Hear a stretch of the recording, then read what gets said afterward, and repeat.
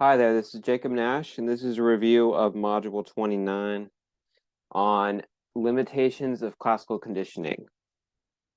Well, not just that, but some on that. So, biology. So, we got to think that biological differences may affect classical conditioning. So, depending on our biology, we might differently be affected by classical conditioning. But behaviorists like Skinner typically ignored things like this. They tended to think that they should look at behaviorism only. But we now mostly agree that behaviorism alone is inaccurate, as is any of the other perspectives that we've learned about. We got to think about them together. Expectancy. So what is this? This is kind of a boring slideshow. I'm sorry, but I just couldn't really think of any pictures to put with this. How likely the unconditioned stimulus is to occur? Well, that seems kind of straightforward.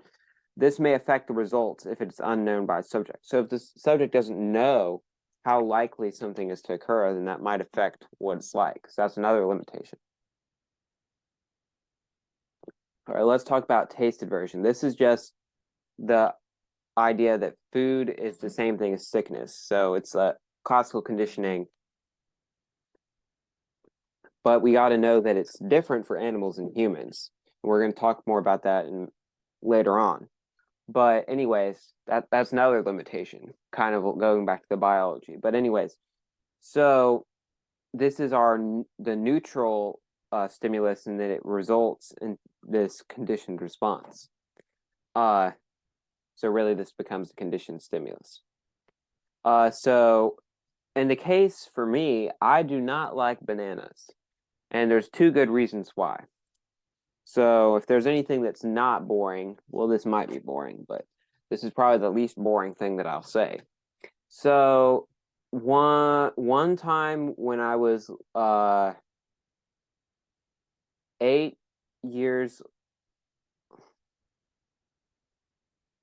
years old, maybe. Not exactly sure. I think 9 years old. Oh, well, I went through this period of time when I would take the school breakfast, my elementary school breakfast, and I would not eat it until I got home.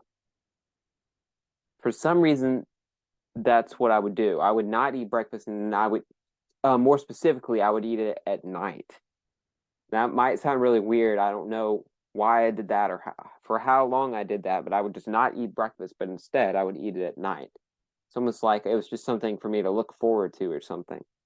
But I would try to hide it from my parents. So I would one day, a Monday evening, June 8th was the day. I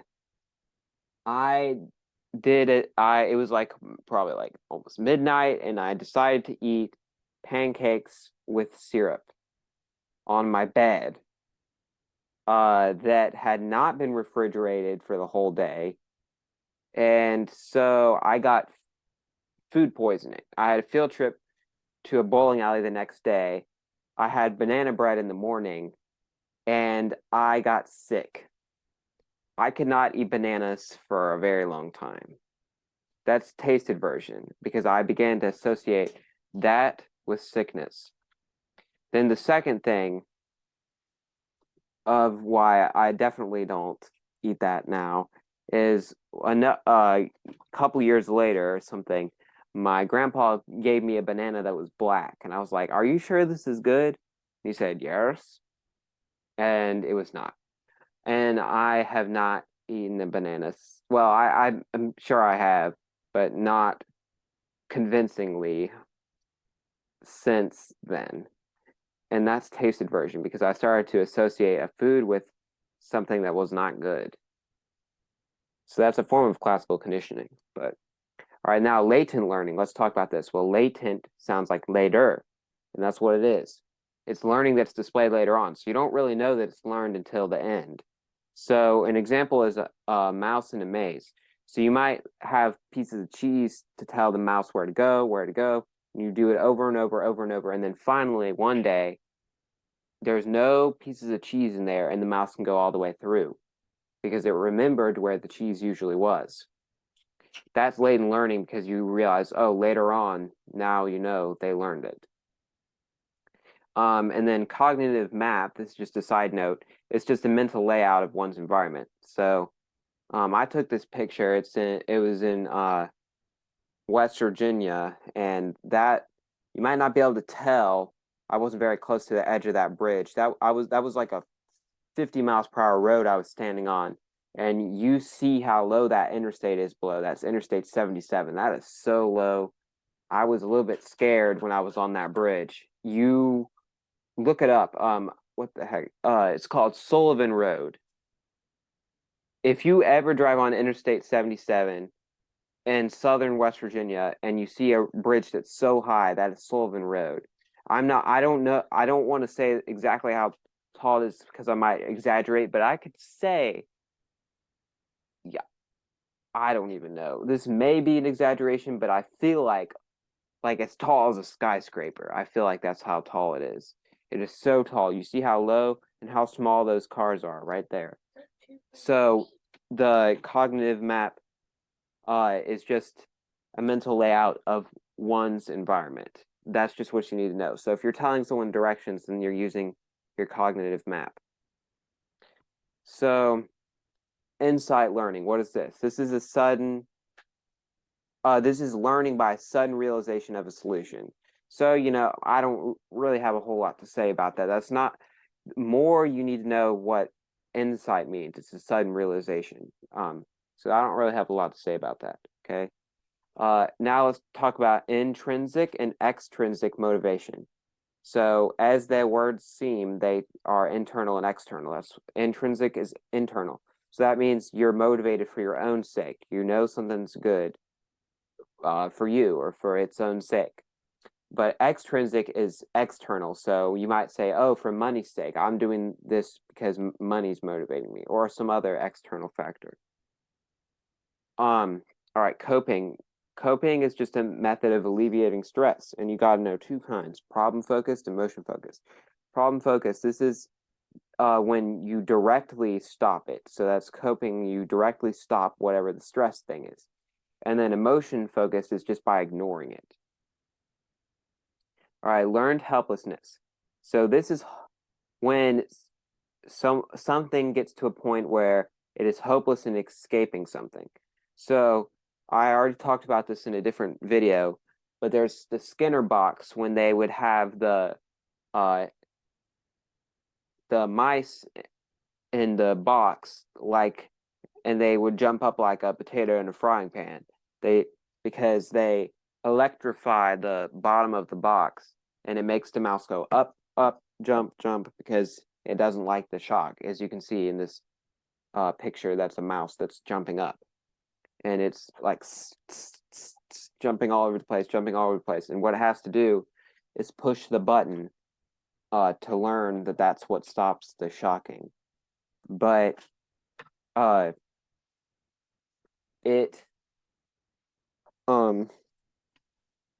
if it just decided that it was hopeless, if it didn't think that there was a way to escape it, it might just fall down and it would just be shock, shock, shock, shock, shock, shock, dead. That's learned helplessness. And that there's other examples. I don't think it was Ivan Pavlov, it was someone else that did an experiment that figured out that. I forget the person's name. Let me look right now. Trying to find it real quick. He did the same thing to dogs. He shocked the dogs, and eventually the dogs didn't even try to avoid it. They just had learned helplessness. I'm trying to find the name of the what is this, module 29? It was Martin Seligman. You don't really have to know that though, but that's the name of the person that did that. Okay, so now moving on. Locus of control. So there's external and internal. So external locus of control. This just means that you believe that your fate is out of your control. So maybe you think it's not my fault if I'm late to work. If there's a whole bunch of stoplights are red, that's not my fault. That's external locus of control. Internal is thinking that it's in your control. So it's in my control that I won't go out the windshield if I crash because I'm buckling. All right, let's look at some questions. When do animals learn taste aversion? They learn taste aversions after a neutral stimulus is associated with unconditioned stimulus, which results in a response that is later conditioned, preventing the animal from wanting to eat that certain food. That's for animals. For me, remember, it was like I said, I had food poisoning from that rotten pancakes, and then I had banana bread the next morning on Tuesday, June 9th. And I know that's how bad that was. I think that might have been the day that I felt the most sick of any day, potentially. So that's why I remember the day. I don't need to say the year because you don't need to know how old I am. But anyways, so yeah, create an example of external locus of control. Early believes that he was late to work due to traffic, a factor outside of his control. Okay, good. All right, when is learned helplessness most likely to occur? It's most likely to occur when an animal or person feels unable to avoid a repeated aversive event, like the mouse that gets shocked. It goes up, bounce, shocked, it jumps up, and then it just feels that it's unable to avoid it. So it stops even trying. Why are animals more likely to associate illness with taste? I didn't talk about this, but this is talking about a limitation of classical conditioning, because if there's a biological difference, because of biological preparedness, which leads to survival instincts, causes that association. What is it called when someone believes they determine their own fate? Internal locus of control. What is, we didn't talk about this, because remember, I don't make these questions, and they always have some dumb thing on this. What is Robert Rescorla? I don't know. I might be saying that wrong. Rescorla's contingency model of classical conditioning state, and you should know this. Rescorla stated that for learning to occur, the likelihood or predictability of an event must be known by subject. Well, I kind of talked about that expectancy. Remember? Create an example of latent learning. Oh, remember that's when it's displayed later. Early gives a dog a treat after it does a trick every time there's a thunderstorm. The learning of the dog is only displayed once the next thunderstorm comes and the dog automatically does the trick. So the dog's like, thunderstorm means I do a trick, so I get a treat. And Early doesn't know that it learned that until the next thunderstorm comes, because it's not going to do it until then. It's like with that mouse in the maze. What is learned helplessness? It is the learned idea that what? Well, that's pretty much already the same thing as 3. Okay. What is a sudden realization of the problem solution called? That is insight. What is cognitive map? Mental picture representation of one's environment that may be used in instances such as for giving directions. There you go. That's the end of the video. Thank you for watching.